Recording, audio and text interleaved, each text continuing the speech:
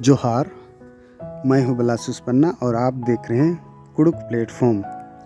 तो चलिए इस वीडियो में आज हम सभी लोग चर्चा करते हैं, है ना, कि जनजाति क्या है ना, जनजातियों की क्या परिभाषा है। तो इससे संबंधित बहुत सारे प्रश्न बन सकते हैं जो बीए, एमए और झारखंड राज्य के अंतर्गत में जेएसएससी, जेपीएससी और आने वाले समय में जेटेट की परीक्षा होने वाली है, उसके लिए महत्वपूर्ण है, विशेषकर जो विद्यार्थी जनजातीय एवं क्षेत्रीय भाषा को लेकर पढ़ाई कर रहे हैं। तो चलिए आज की इस वीडियो में समझते हैं।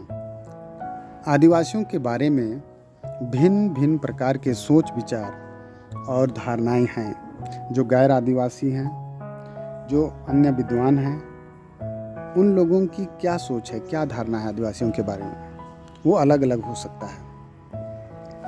असल में आदिवासी होने की बात आध्यात्मिकता और चारित्रिक विशेषताओं से संबंध रखता है। आदिवासी शब्द का अर्थ न केवल मूल निवासी बल्कि इसके साथ शुरुआत के कबीलाई लक्षण और मौलिक रूप ही किसी जाति, समुदाय या जन समूह का आदिवासी कहने की कसौटी है ना। आदिवासी होने और आदिवासी कहने के लिए मूल निवासी होने के साथ साथ नस्लीय, उसकी कबीलाई और उसकी मौलिकता होनी चाहिए। अर्थात कोई भी आदिवासी जाति एक विशेष नस्ल के लोगों का समूह है। आदिवासी क्या है?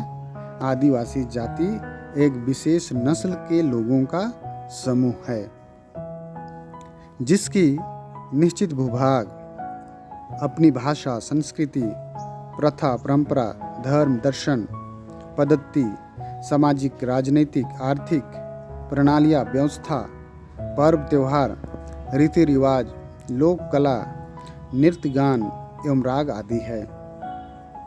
तो चलिए अब हम देखते हैं कि आदिवासी समुदाय को और किन किन नामों से जाना जाता है। जैसे अंग्रेजी में इंडिजिनस पीपल्स, उसी प्रकार देशज, अबोरिजिन, फर्स्ट सेटलर, प्रथम वासी, ट्राइबल, वन्य जाति, अनुसूचित जनजाति इत्यादि, है ना। इन सारे नामों से आदिवासियों को जाना जाता है। परंतु ध्यान देने वाली बात है कि इन नामों के बावजूद भारतीय संविधान में आदिवासियों के लिए आखिर क्या नाम दर्ज है ना। तो भारतीय संविधान में आदिवासियों के लिए क्या नाम दर्ज है? अनुसूचित जनजाति, है ना। अनुसूचित जनजाति शब्द का प्रयोग किया गया है। आगे, भारतीय संविधान की 342वें अनुच्छेद के अनुसार, है ना, 342वें अनुच्छेद के अनुसार भारत के राष्ट्रपति को अधिकृत किया गया है ना। अधिकृत किया गया है कि कौन सी समुदाय को हम अनुसूचित जनजाति में सूचीबद्ध कर सकते हैं, नहीं कर सकते हैं, उसके लिए क्या क्या क्राइटेरिया है, क्या क्या मापदंड है, उसको वो पूरा करता है, नहीं करता है।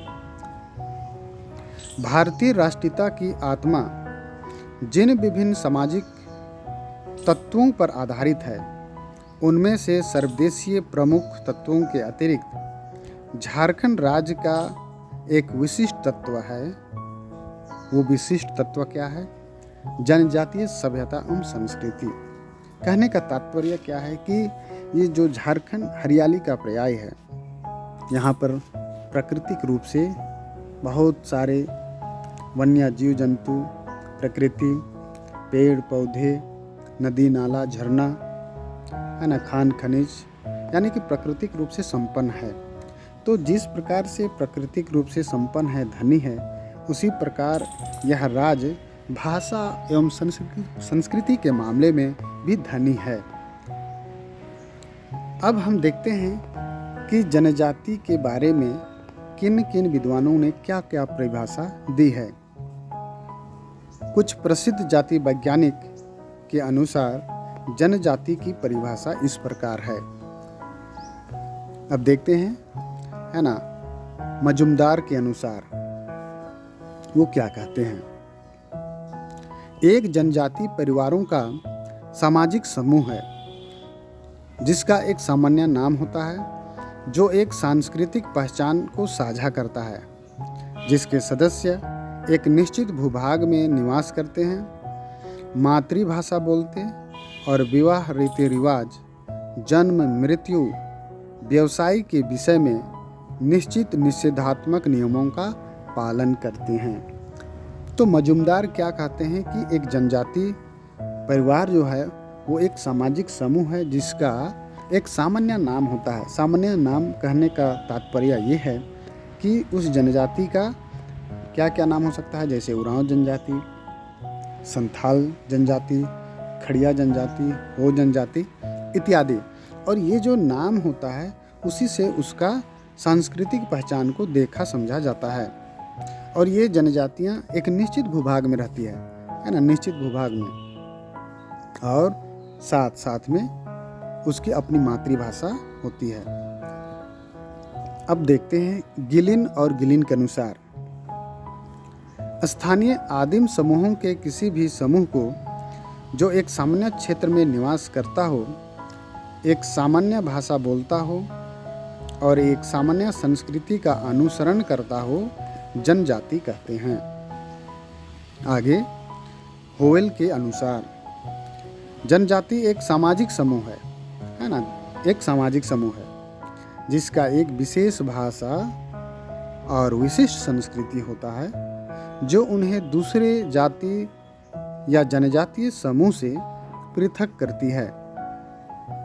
तो इस प्रकार से हम देखते हैं कि आदिवासी जो समुदाय है वो न केवल मूल निवासी है बल्कि मूल निवासी होने के साथ साथ एक कबीलाई और नस्लीय समुदाय है, नस्लीय समुदाय है जिसका एक सामान्य नाम होता है, जिसकी एक अपनी मातृभाषा होती है, जिसको वो लोग अपने परिवार में, गांव में, समाज में, व्यवस्था में, रीति रिवाज में उसका व्यवहार करते हैं।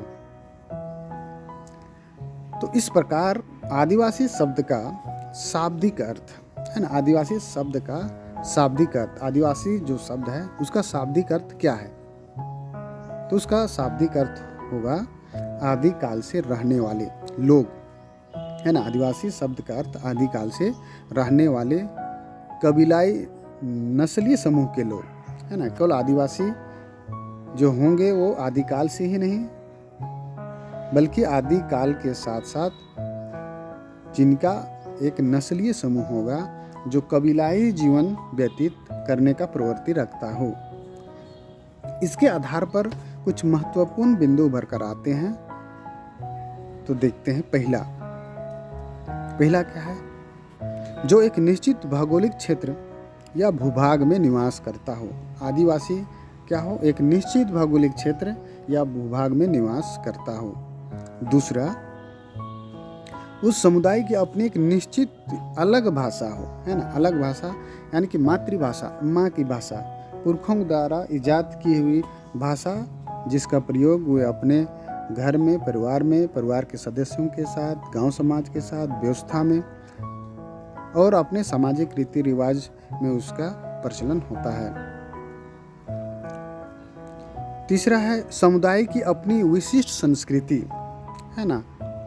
समुदाय की अपनी विशिष्ट संस्कृति होगा जो उनके आचार विचार, उनके रीति रिवाज, उनके परंपरा, उनके पीढ़ी प्रथा, उनके पर्व त्योहार, धर्म, अध्यात्म, तमाम तरह की चीज़ें होंगी, एक विशिष्ट संस्कृति होंगी जो उसको एक जाति या अन्य जनजातीय समूह से उसको पृथक करता हो। फिर चौथा है समुदाय में जाति व्यवस्था या ऊंच नीच का भेदभाव ना हो। समुदाय में जाति व्यवस्था या ऊंच नीच का भेदभाव नहीं हो, है ना। चूँकि आदिवासी क्या है, वो सामुदायिक जीवन जीता है ना, एक दूसरे से मिलजुल कर रहता है और यहाँ पर किसी प्रकार की जो ऊंच नीच का भाव हो, जाति व्यवस्था, ये किसी प्रकार की भावना उनमें नहीं पाई जाती हो। पांचवा, आदिम अवस्था एवं प्रकृति, यानी कि इन समुदायों में सभ्यता से दूर जो एक प्रकार से आदिम प्रवृत्ति, प्रकृति के साथ साहचर्यता, उसके साथ संबंध, अन्योन्याश्रय संबंध, जो निश्चित रूप से एक प्राकृतिक अवस्था में जीने वाले लोग होंगे। इस प्रकार से अब हम देखते हैं कि झारखंड के अंतर्गत कितनी प्रकार की जनजातियां हैं? 2011 के अनुसार क्या है? इस समय झारखंड में 32 प्रकार की जनजातियां पाई जाती है ना। इस समय झारखंड में 32 प्रकार की जनजातियां पाई जाती है, जो संविधान के अनुच्छेद 342 के अंतर्गत राष्ट्रपति द्वारा अधिसूचित है ना। जो भी भारत देश या झारखंड के अंदर में जनजातियां हैं, उनको संविधान के अनुच्छेद 342 के तहत राष्ट्रपति द्वारा सूचीबद्ध किया जाता है, उसको मान्यता प्राप्त किया गया है। 2011 की जनगणना के अनुसार झारखंड राज्य की जनजातियों की कुल जनसंख्या है ना, 2011 की जनगणना के अनुसार झारखंड राज्य की जनजातियों की कितनी जनसंख्या है?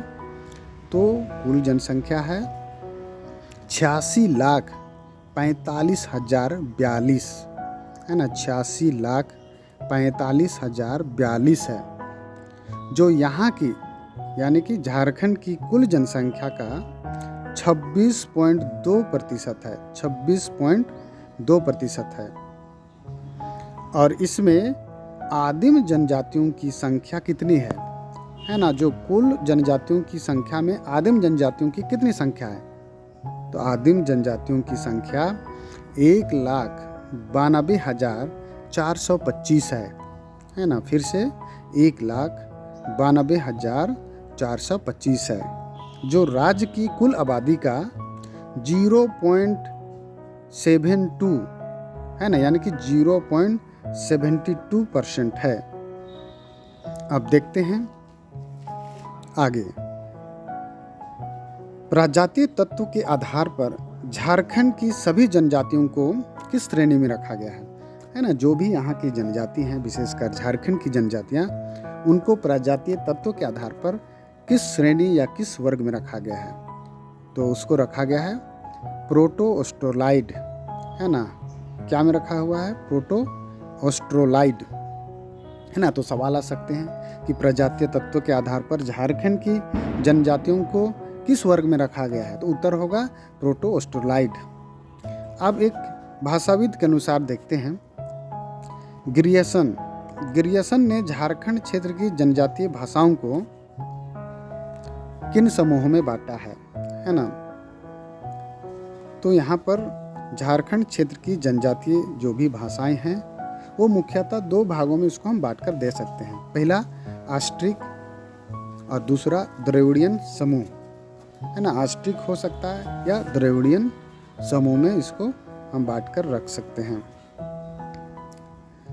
चलिए आगे देखते हैं कि ये झारखंड की जितनी तरह की जनजातीय भाषाएं हैं, आदिवासी भाषाएं हैं, वो किस देश से मिलती जुलती है, किस देश से उसकी समानता है, किस देश से उसकी निकटता है। ठीक है। झारखंड की जनजातियां है ना, झारखंड की जो जनजातियां हैं वो श्रीलंका की बेड्डा तथा ऑस्ट्रेलिया के मूल निवासियों से काफ़ी हद तक मिलती जुलती है ना। झारखंड की जो भी जनजातियां हैं वो श्रीलंका की जो बेड्डा जनजातियां हैं, बेड्डा नाम की एक जनजाति है, उससे मिलती जुलती है। साथ ही साथ ऑस्ट्रेलिया के जो मूल निवासी है उससे काफ़ी हद तक मिलती जुलती है। उससे जो रंग रूप है, उसमें जो एक समानता हम एक दूसरे में देखने को मिलती है, वो देखने को मिलती है। तो चलिए ठीक है, आज की इस वीडियो में इतना ही, और मिलते हैं फिर नए वीडियो के साथ।